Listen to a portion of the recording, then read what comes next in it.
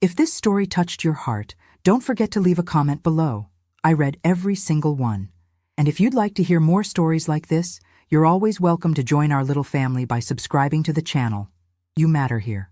My precious ones, let me tell you about the day that changed everything for this old woman. It was my 78th birthday, and for the first time in decades, I woke up to complete and utter silence.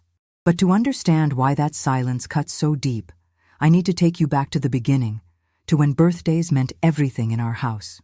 For 47 years, I was the keeper of celebrations, the guardian of special moments. I had a little leather notebook, worn at the edges now, held together with a rubber band, where I wrote down every important date in my careful cursive.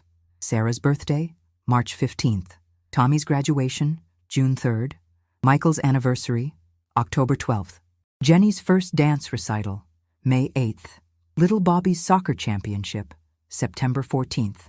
I knew them all by heart, every single one. I remember baking Sarah's first birthday cake when she turned 1.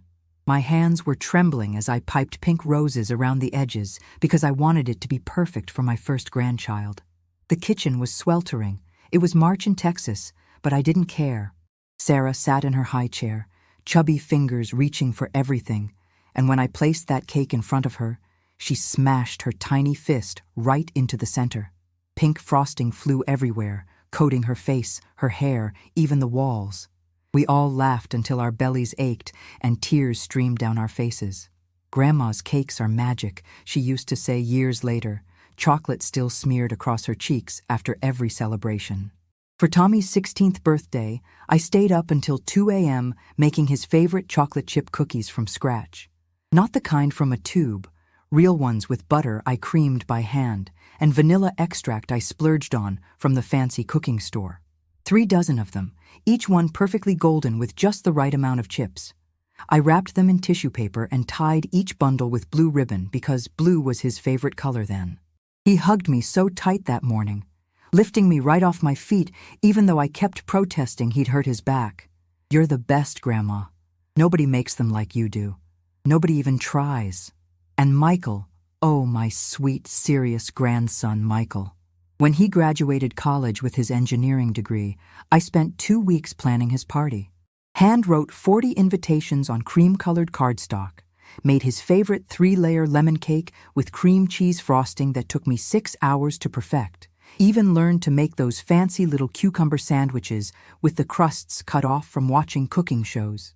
I rented tables and chairs, borrowed my neighbor's good china, strung lights in the backyard that Harold grumbled about hanging, but secretly loved how they made everything magical. When Michael walked into that backyard and saw what I'd done, he stopped dead in his tracks and cried. Actually cried. "Grandma, you didn't have to do all this. This is too much." But I wanted to. Love isn't love unless you pour it out completely, unless you make it visible in frosting and ribbons and lights that twinkle like stars.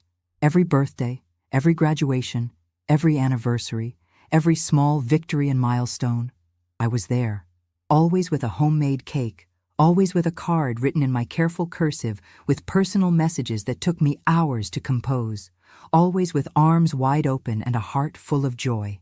It wasn't a burden, it was my greatest pleasure. These children, these precious souls, were my everything, my reason for getting up each morning. When my Harold passed 5 years ago after his second heart attack, they all gathered around me like a protective wall. "Don't worry, Grandma," they said, voices thick with tears and determination. "We're your family. We'll take care of you. You'll never be alone." And they did, in their way, at least at first. Sarah moved me into the little apartment above her garage. Cozy, she called it, though we both knew it was cramped. Tommy called every few weeks, sometimes more. Michael sent Christmas cards with photos of his children, my beautiful great-grandchildren I barely knew because they lived so far away. But slowly, so slowly, I barely noticed at first, like watching grass grow or paint dry, things began to change. The calls came less frequently. Sarah stopped coming up for coffee in the mornings. Tommy's calls became shorter, more rushed. Michael's Christmas cards turned into generic e-cards with no personal messages. When I mentioned feeling lonely, they'd say, "Oh, Grandma, you know we love you. We're just so busy right now. Things will calm down soon." But soon never came. Last year, I waited all day for someone to remember my birthday. I woke up early, showered, and put on my best dress, the blue one with tiny forget-me-nots that Harold always said brought out my eyes. I made myself a special breakfast of French toast with strawberries, set the table with the good china, even put a cloth napkin in my lap like we were having a party. I sat by the phone, jumping every time it rang. Wrong numbers mostly. A telemarketer trying to sell me life insurance. Sarah's friend looking for her. The dentist's office confirming an appointment. But no one called for me. No one called to sing happy birthday. Maybe they're planning something, I whispered to Harold's photo on my nightstand that evening, tracing his smile with my finger. Maybe it's a surprise. You know how Sarah loves surprises. The surprise was that nothing came. No cake, no card, no visit. No acknowledgement that I had been born 77 years ago, and that maybe, just maybe, that was worth celebrating. I told myself they were busy. Sarah was managing 3 kids under 10 and working part-time at the pediatrician's office. Tommy lived 2 states away with his new wife and twin babies who kept them up all night. Michael was working 70-hour weeks trying to make partner at his firm. They had their own lives now, their own celebrations to worry about, their own cakes to bake. But this year, I couldn't shake the hope that maybe, just maybe, they would remember. Hope is a stubborn thing, isn't it? It clings to you even when logic tells you to let go. I started dropping hints in February. My birthday's coming up in a couple months, I mentioned to Sarah when she stopped by to collect my rent money. She nodded absently, scrolling through her phone, probably checking soccer schedules and grocery lists. That's nice, Mom. Oh, did I tell you Jenny made honor roll? In March, I tried again with Tommy during one of our increasingly brief phone calls. 78 years old this April, I said, with what I hoped was a casual laugh. Can you believe it? Where does the time go? Time flies, Grandma, he replied, but I could hear the distraction in his voice, the sound of him multitasking. Then he launched into a 10-minute story about his son's baseball team and how they needed to raise money for new uniforms.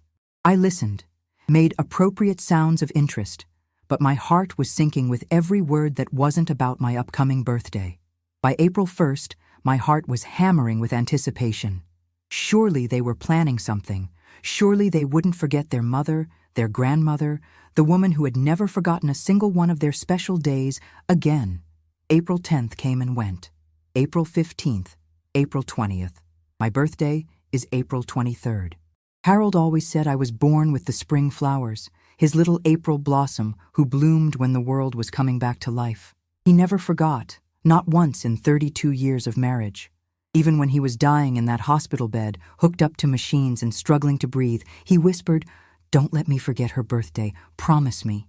The night before my birthday, I barely slept. Every time I closed my eyes, I imagined Sarah's car pulling into the driveway, or the phone ringing with Tommy's voice, singing off-key like he used to when he was little, or Michael showing up at my door with flowers and that serious smile of his. I kept checking my phone, thinking maybe I'd missed a text message or a voicemail. I planned what I would wear. My blue dress with the tiny flowers, the one Harold said made my eyes sparkle like sapphires. I even bought a small cake from the grocery store's bakery section, just in case someone stopped by. Better to be prepared, I told myself, though my reflection in the bathroom mirror looked skeptical. April 23rd dawned gray and drizzly, the kind of spring day that can't decide if it wants to be winter or summer.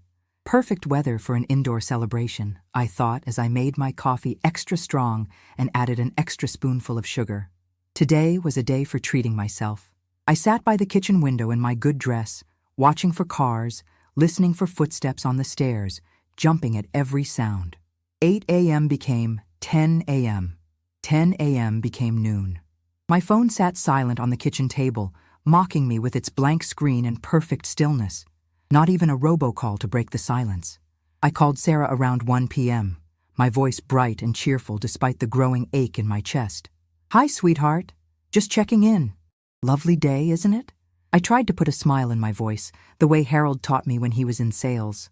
"Oh, hi, Mom. Yeah, it's okay, I guess. Listen, I'm in the middle of helping Jenny with her science project. Something about volcanoes that's due tomorrow, and she just told me about it. And Bobby's got soccer practice in an hour. Can I call you back later?" My heart clenched. but I kept my voice steady. Of course, dear. Don't let me keep you. Give the children my love. Yeah, sure. Love you too. Bye. The line went dead.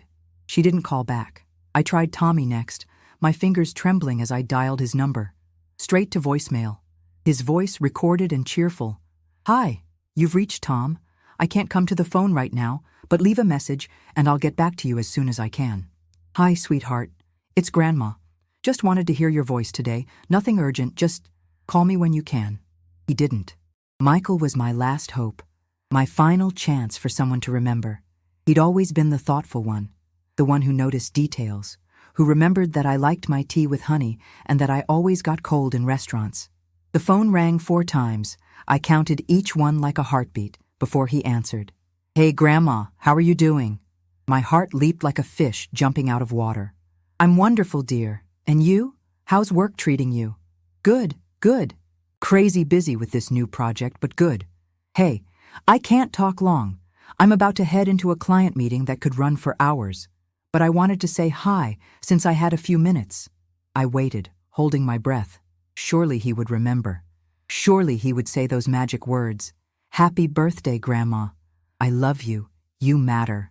Well, he said after a pause that stretched like taffy, I should really go. Don't want to keep the clients waiting. Love you, Grandma. Love you too, Michael.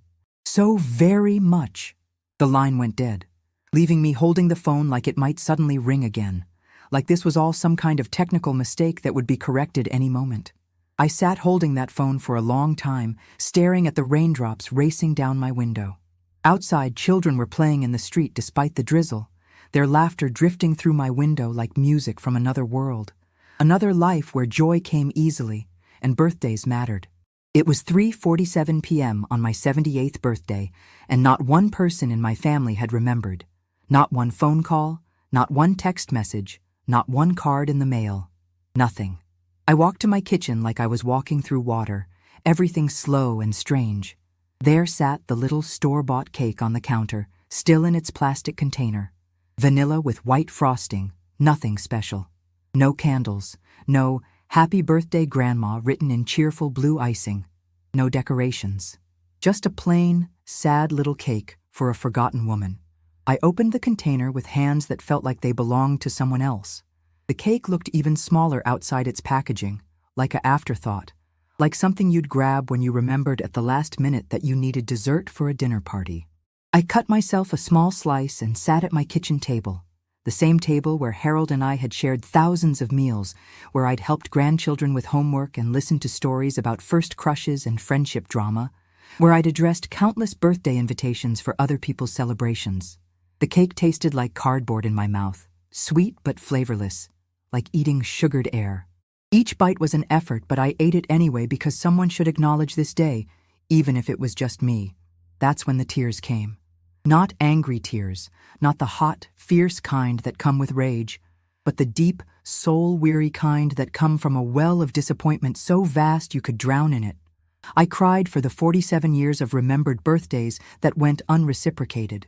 I cried for the grandmother who had become invisible, who had somehow faded from important to irrelevant without anyone noticing.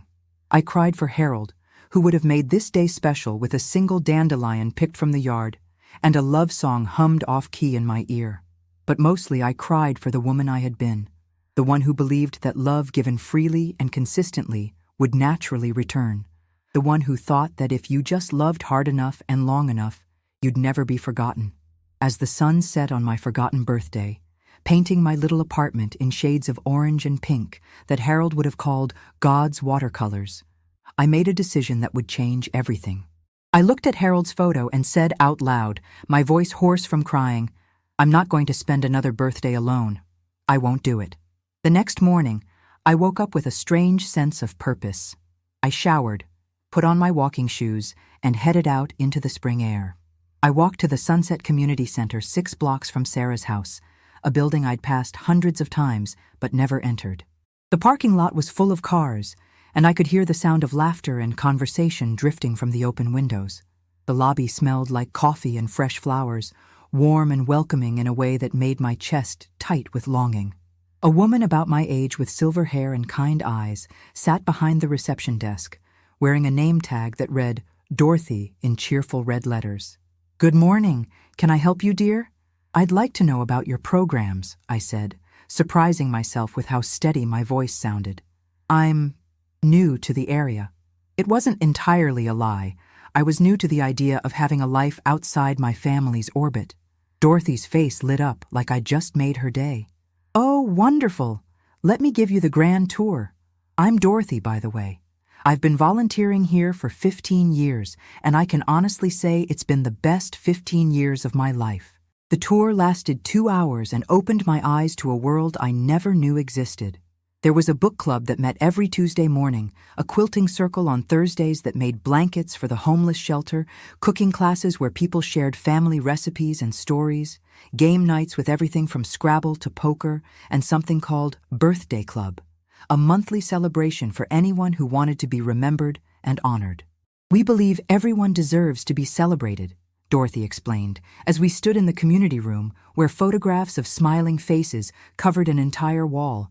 People at birthday parties, people receiving awards, people just being joyful. No matter how old you get, birthdays should be special. Life should be special. I signed up for everything. The first book club meeting was terrifying. I sat in the back row, clutching my worn copy of Pride and Prejudice, certain I wouldn't fit in, certain these women had known each other for decades and wouldn't want a newcomer disrupting their rhythm. But when an elegant woman named Rose with perfectly styled white hair made a joke about wanting to marry Mr. Darcy despite his flaws, and everyone laughed, something inside me loosened like a knot being untied. "I'm Margaret," I said, when it was my turn to introduce myself, my voice shaking slightly. "I've been reading this book for 50 years, and I still swoon every time Elizabeth and Darcy dance at Netherfield." "A woman of excellent taste," Rose declared with a theatrical flourish that made everyone laugh again. "Anyone who appreciates a good literary romance is welcome in my book." And just like that, I had my first new friend in decades. The quilting circle was a revelation. I hadn't sewn in years, not since Harold's shirts stopped needing mending and the grandchildren outgrew the Halloween costumes I used to make from scratch. But Mary, the group leader with calloused hands and twinkling eyes, put a needle in my hand and said, "Your fingers remember, even when your mind doubts. Muscle memory is a beautiful thing." She was right. Within minutes, I was stitching tiny, perfect squares while listening to stories of grandchildren and gardens, travels taken, and dreams deferred. These women had lived full lives, faced losses and disappointments, but they'd found each other and created something beautiful together. Not just quilts, but community. But it was Birthday Club that truly saved me. 2 weeks after my forgotten birthday, I attended my first celebration for a woman named Eleanor who was turning 83. The community room was transformed with purple streamers and balloons, her favorite color. There was a homemade 3-layer chocolate cake with 83 real candles that took 3 people to light safely. And when everyone sang Happy Birthday, their voices filled the room with such enthusiasm and genuine joy that Eleanor cried happy tears. "I thought no one would remember," she whispered to me afterward, dabbing at her eyes with a lace handkerchief. "My daughter lives in California with her own family. My son is so busy with his medical practice that we talk maybe once a month. I was prepared to spend my birthday alone with a frozen dinner and whatever was on television.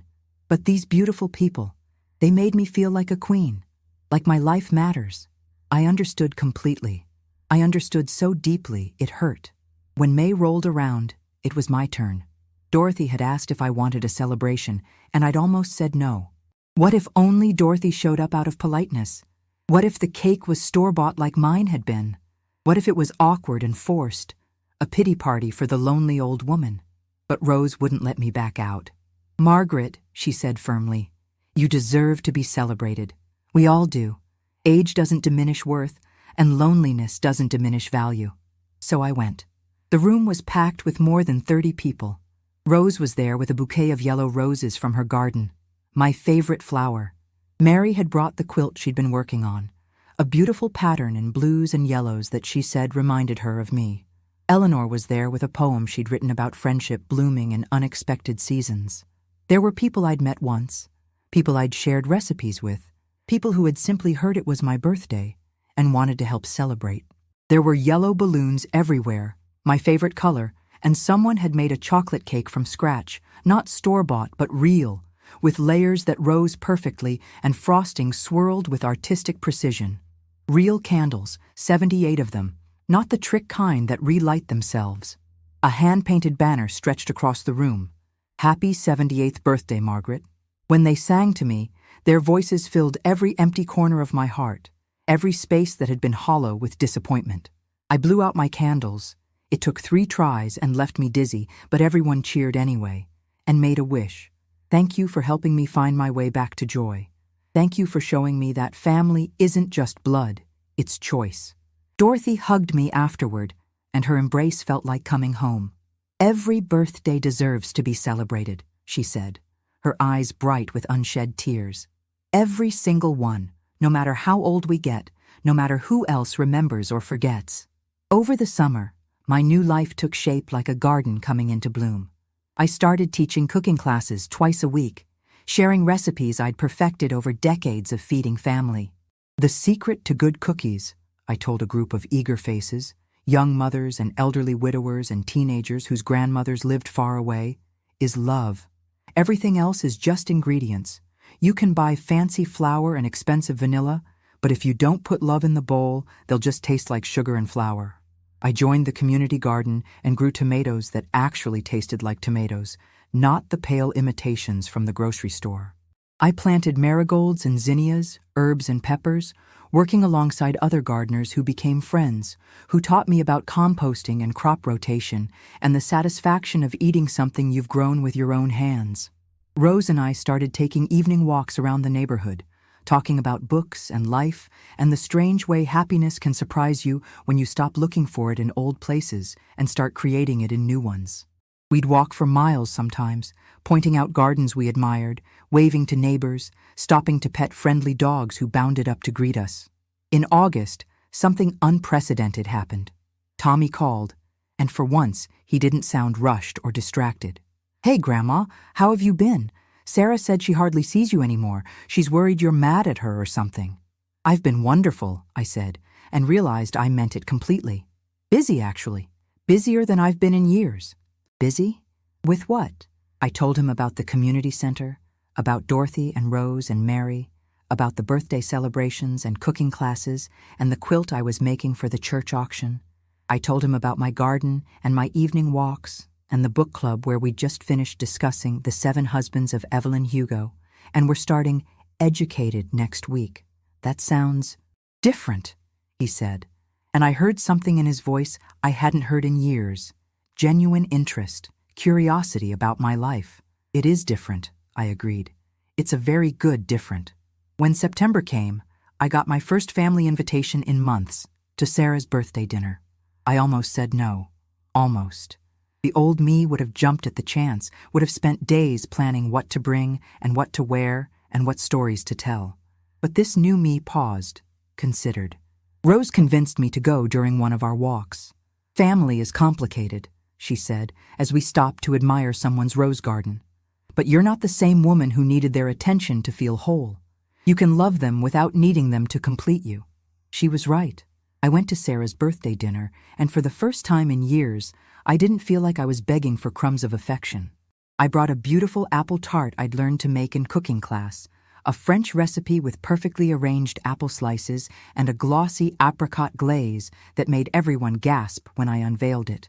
I told stories about my new friends that made everyone laugh, stories about Dorothy's adventures in online dating, and Rose's attempts to learn Spanish and Mary's granddaughter who was teaching her to use Instagram. I felt interesting, vibrant, like someone with a full life worth sharing. "Mom, you seem different," Sarah said as I was leaving, studying my face like she was seeing me for the first time in years. "Happy, really happy." "I am happy," I replied, and it wasn't defiance or bravado. It was simple truth, truly, deeply happy. October brought my birthday celebration at the center, and this time more than 40 people showed up. Word had spread throughout the community. The librarian came, and 3 people from my cooking class, and Eleanor's son who was visiting from out of town and wanted to meet the woman his mother talked about constantly.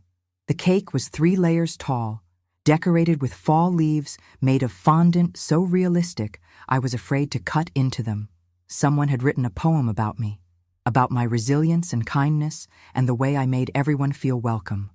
Another person brought a scrapbook filled with photos from all our adventures over the past 6 months. Me teaching cooking classes, me laughing with Rose in the garden, me blowing out candles at other people's birthday celebrations.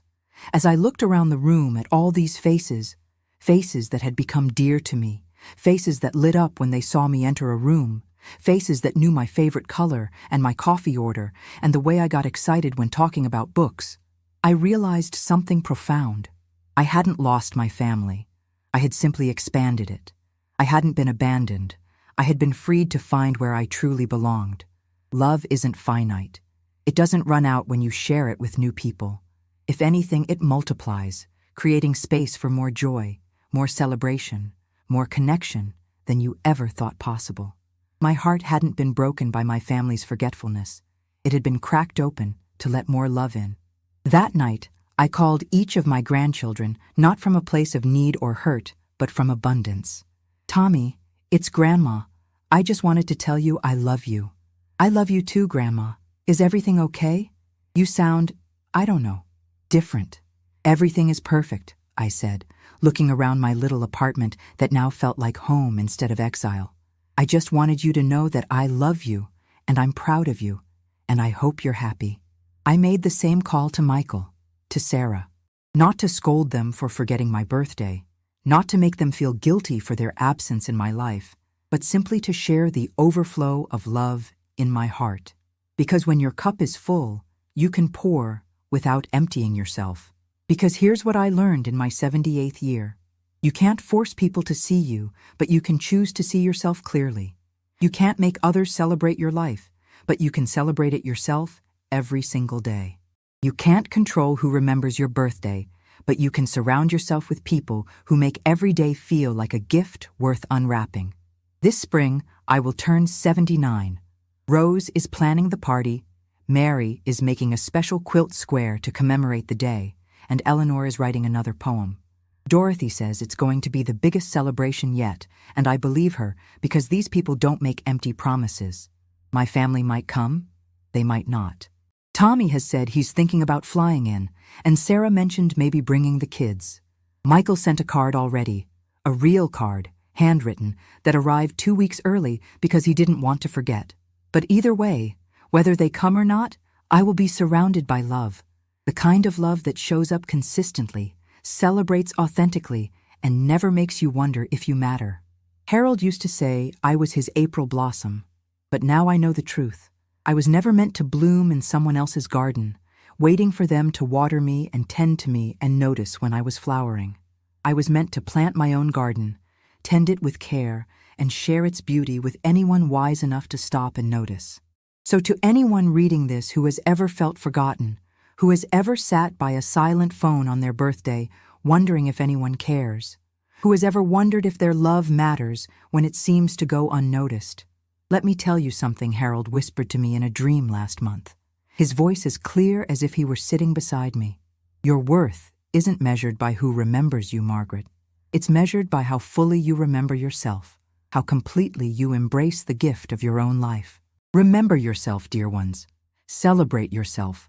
Love yourself enough to find your tribe, your community, your chosen family of souls who will never let a birthday pass unnoticed, who will never let you question whether you matter, who will see you not as someone to be tolerated or forgotten, but as someone to be treasured, because you do matter. Every single one of you matters more than you know. Your birthdays deserve cake and candles and songs sung with enthusiasm. Your stories deserve to be heard. Your life deserves to be celebrated, not someday when other people remember to notice, but right now, today, by you, and by the people wise enough to recognize your worth. All my love and birthday wishes, Grandma Margaret P.S. If you're reading this and your birthday's coming up, consider this your invitation. Come find your Dorothy, your Rose, your Mary. Come find your people. The cake is waiting, and so are we.